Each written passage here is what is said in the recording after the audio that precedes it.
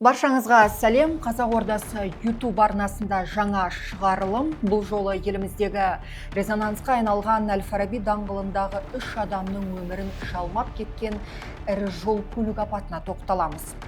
3 өрімдей жастың өліміне себепші болған Александр Пакқа берілген жаза әділетті ме? Марқұмның туыстары оны неге кешірді? Пактан туыстары 100 миллион теңге өтемақы алғаны рас па? Бүгінгі шығарылымда айтамыз. Осы іске қатысты бір айға созылған басты сот процесі бұрынғы соттардан өзгерек өтті. Алдымен соттың жай жапсарына кіріспес бұрын жол апаты қашан, қалай болды қысқаша еске сала кетейік. 21 наурыз 3:30 шамасында Әл-Фараби даңғылында 3 адам, нақтырақ айтсақ, Мерседес көлігінің жүргізушісі мен 2 жолаушы қыз қаза тапты.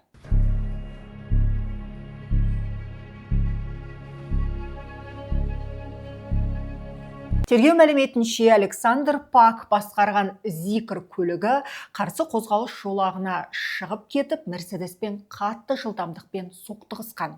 3 адам жан тәсілім етсе, Зикр көлігінің жүргізушісі жарақаттанып ауруханаға түскен. Ол алкогольді масаң күйде болып, көлікті аса қатты жылдамдықпен айдаған екен.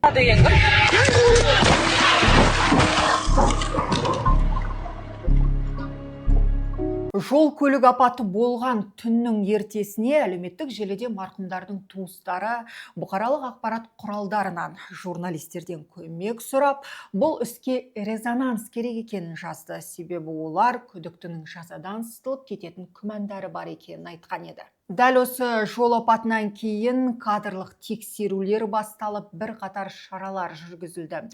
Тіпті бұл іс президентке дейін жетті. Басында журналистерден іске резонанс керек, қоғамның назары керек деген туыстары басты сот отырысы басталғанда Александр Пакқа кешірім бергені мәлім болды. Тіпті бірінші отырыста марқұмның туыстары журналистерге "Сіздерді кім шақырды? Біз шақырған жоқпыз" деп ашық сот процесін түсіруге қарсылығын білдірді. Сот процесінің басында Пак өзінің кінәсін толық мойындап, марқұмдардың туыстарынан кешірім сұрады.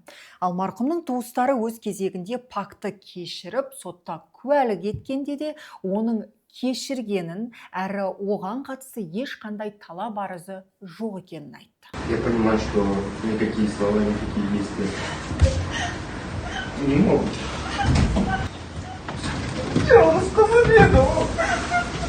Не могут вернуть наших людей. Я понимаю, как вы говорите, каждую семью. Я не ищу, не избегаю ответственности, хочу заявить, что полностью готов повести наказание согласно закону, отбыть свой срок, выйти на свободу и всем, чем я смогу, помогать семье. Сотта сотталушының қорғаушысы Армана Рахманберденова Пактың алкогольдік масаң күйде болғанын растайтын негізгі дәлел сараптама қорытындысының заңдылығына күмән келтіріп отырғанын айтты. Оның айтуынша, қан үлгісі 21 наурызда алынған, ал сараптама тағайындау туралы қаулы тек 25 наурызда шығарылыпты. Арада 4 тәулік өткен, қанда консерванттардың болғаны көрсетілмеген, сондай-ақ сақтау шарттары да сипатталмағанын айтты. Сонымен қатар Рахманбердиева көліктің техникалық жағдайына қатысты сараптама жүргізілмегенін атап өтті. Пактың не себепті көлікті басқара алмай қалғаны анықталған жоқ деп, көліктің апатқа дейін шашыла бастаған деген ойды да айта кетті. Версии защиты, якобы машина начала рассыпаться, сыпаться до, получается, совершенного ДТП. Эту версию, в принципе, орган досудебного расследования проверял, и она не подтвердилась. То есть материал дела нет каких-либо доказательств об этом свидетельствующих. Сондай-ақ сотта апатқа дейінгі кешкі мейрамханада отырып Пакпен дастархандас болған куәгерлерден жауап алынды. Олардың жауабы жалпы алғанда бір-біріне ұқсас болды. Куәгерлердің барлығы дерлік достыққа ма, әлде Пакқа ма пәктік танытып, ішімдік ішкенін көрмедік, байқамадық, өзімізде ішпедік деп қысқа қайырды. Прокурордың дастарханға тапсырыс берілген ішімдікті сонда кім ішті деген сұрағы да жауапсыз қалды. Ал пактың өзі жауап берген кезде мен тек небары 2 рет қана сыра ұрттадым деп шектелді. Просто дружеский вечер, ничего такого. Стейк заказал себе и попить. Попить алкогольно, не алкогольно? Нет. Что заказывал папа, вы помните? Можете пояснить? Нет, не помню. Ал қоғам болса қыршынынан қиылған 3 жастың туыстары кешіргенін әлеуметтік желіде ұзақ талқылады. Кешірімді сатып алды, марқұмдардың рухын сатты деген сынды пікірлер жазылды. Алайда бұл сот отырысында күтпеген жайт орын алды. Қайтыс болған марқұмдардың бірі Тамирис Қыдырбектің әкесі Паққа ешқандай кешірім бермегенін айтты. Ол сот аяқталуға жақын қалғанда судьядан өзін жәбірленуші деп тануды сұрады.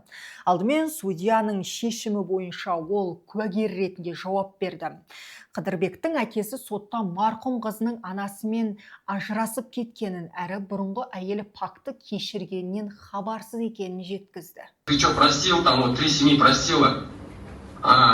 Мы друзья, многие из родственников даже не в курсе, что мы разведены. Но прощения никакого нету. А ее мать, вот этого, который сидит, вот этот, недочеловек. Я его мать в глаза не видел. 21 числа, 21 марта я ехал в Талдыкурган на годовщину смерти моего друга, отца моего друга. Мне позвонили, это было в 8 утра, мне позвонили с ДВД. Ни кому-то, ни матери, ни бабушке, ни тетушке позвонили мне с ДВД. Я зашел, раскрыл голову полностью, голова вскрыта, череп вскрыт. Поясница наизнанку вывернута, ноги все переломано, все тело. Я как сам вообще бывший военный спецназовец. Я обнял, даже в морге там были удивлены, как я полностью череп ее собрал, полностью рассмотрел, потом повезли домой. Были похороны. Они, оказывается, поехали к бывшей жене Арайлы. Соответственно, предложили денег. Но и она ради детей, я ее тоже понимаю, ради детей, ради будущего детей. Она получила компенсацию. Но прощение, это на усмотрение суда надо было все дать, сказать. Но не давать, не просить его простить. Еске сала кетейік, әлеуметтік желіде марқұмның туыстарына Пак өтемақы ретінде 100 миллион теңге берді деген пікірлерде шыққан еді. Алайда марқұмдардың бірі Елеман Телемесовтың адвокаты оны жоққа шығарды. Бұл Телемесова Лязаттың өзінің ондай суммада біз талап бермейді деп олар. Сонымен сот Пакқа ең жоғарғы жаза тағайындады, 10 жыл. Алайда қазақстандықтардың бір бөлігі 3 адамның қазасы үшін 10 жыл бас бостандығынан айыру тым жеңіл жаза деп есептейді. Вина Пака является очевидной. Что касается меры наказания. Санкция статьи 345 приморье часть 4 предусматривает наказание от 7 до 10 лет лишения свободы с положительным лишением права заниматься определенной деятельностью. При назначении меры наказания суд учел особую дерзость нарушения правил дорожного движения, тяжесть наступивших последствий в виде гибели 3 молодых людей, что является невосполнимой утратой для родных погибших. При таких обстоятельствах в целях восстановления социальной справедливости, а также исправления осужденного и предупреждения совершения новых уголовных правонарушений как осужденным, так и другими лицами, суд посчитал, что необходимо назначить максимальный срок наказания, предусмотренный данной статьи Уголовного кодекса в виде 10 лет лишения свободы. Сонымен қатар судья Тамирис Қыдырбектің әкесіне моральдық өтемақы ретінде 10 миллион төлеуді шешім етті. Соттың жарыссөз кезеңінде марқұмның туыстары судьяға Пакқа кешірімді адамгершілік танытып бергенін айтып, шешім шығарарда соны ескерудін айтты. Своим родственникам, что прощаю Александра. Не ради денег, не ради чего. Чтобы мой ребенок лежал спокойно. По факту страдают только 4 матери. Матери, которые потеряли своих детей, и мать Александра. Бармин өмірімнің мәні үмітімнің әрі тірегім еді. Пак Александрның әрекеті менің жүрегіме үлкен ауыр жара салды. Дегенмен осы ауыр қайғы қарамастан менің жүрегімде өшпендік пен кек сақтағым келмейді. Мен оны кешірдім.